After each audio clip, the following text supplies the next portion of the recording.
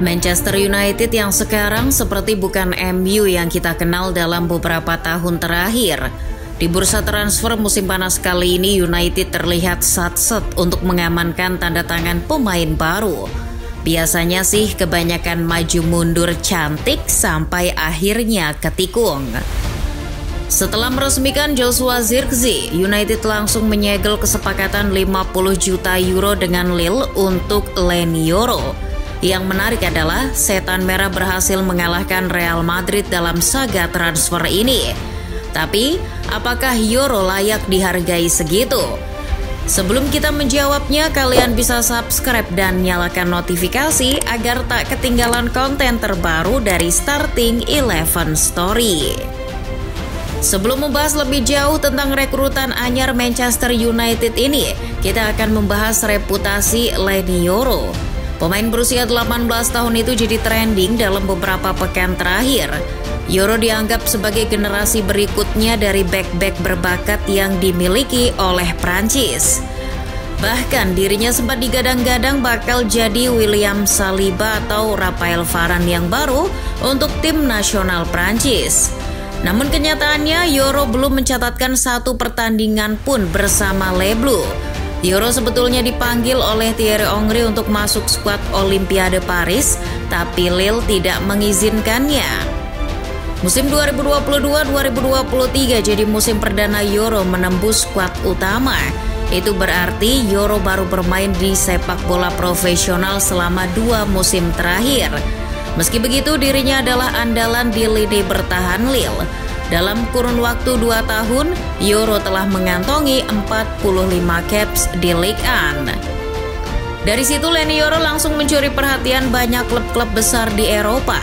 Menariknya, di awal kemunculan nama Yoro di bursa transfer, Manchester United tidak melirik sedikit pun.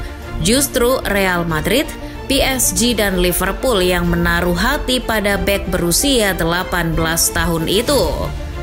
Dari ketiga nama itu, Real Madrid jadi yang paling serius mendekati Yoro. Posisi bek tengah adalah salah satu prioritas El Real di musim panas kali ini. Selain Yoro, nama-nama lain juga mulai muncul dalam daftar pencarian. Dari William Saliba, Ricardo Calafiori hingga Jarrad Branwaite, semuanya masuk daftar opsi Madrid.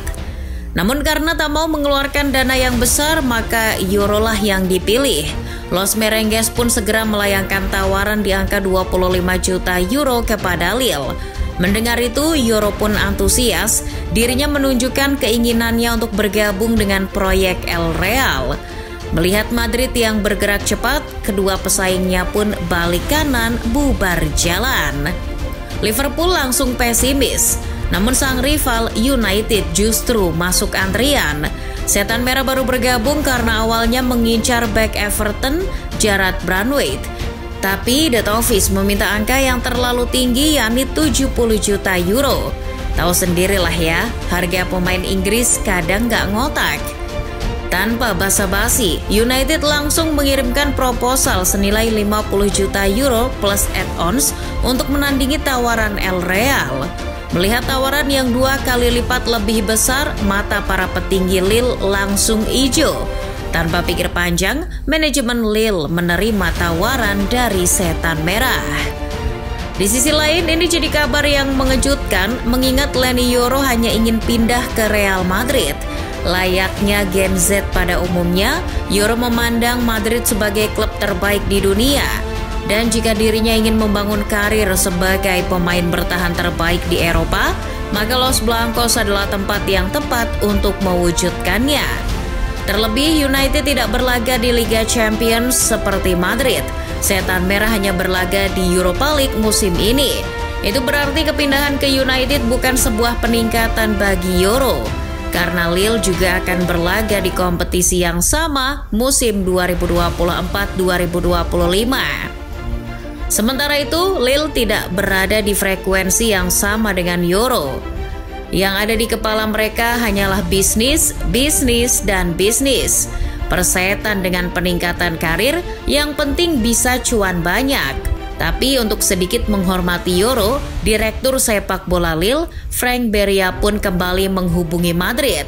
Dirinya meminta Madrid untuk meningkatkan penawarannya, namun jawaban yang diterima tidak sesuai harapan, setidaknya bagi Euro.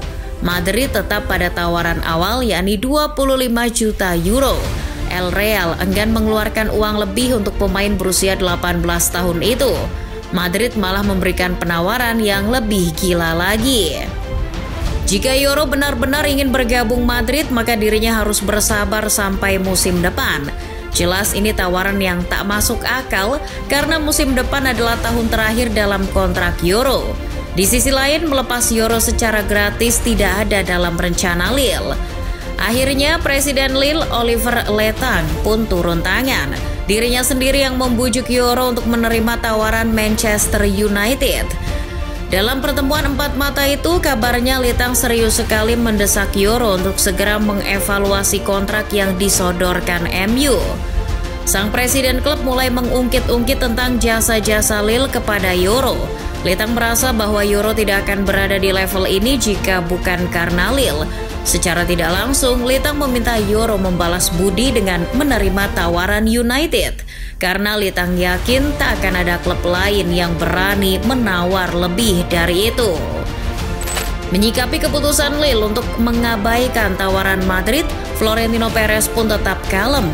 Dirinya bahkan menyampaikan bahwa klubnya akan mencari bek lain di bursa transfer musim ini. Dilansir Managing Madrid, kegagalan sudah menjadi bagian dari gaya transfer klub.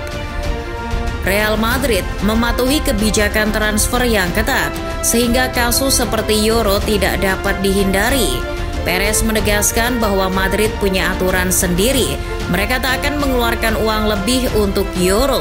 Siapapun yang ingin bergabung dan meraih kejayaan bersama Madrid, maka harus mengikuti aturan klub. Alhasil, Real Madrid pun mundur dari perebutan Euro.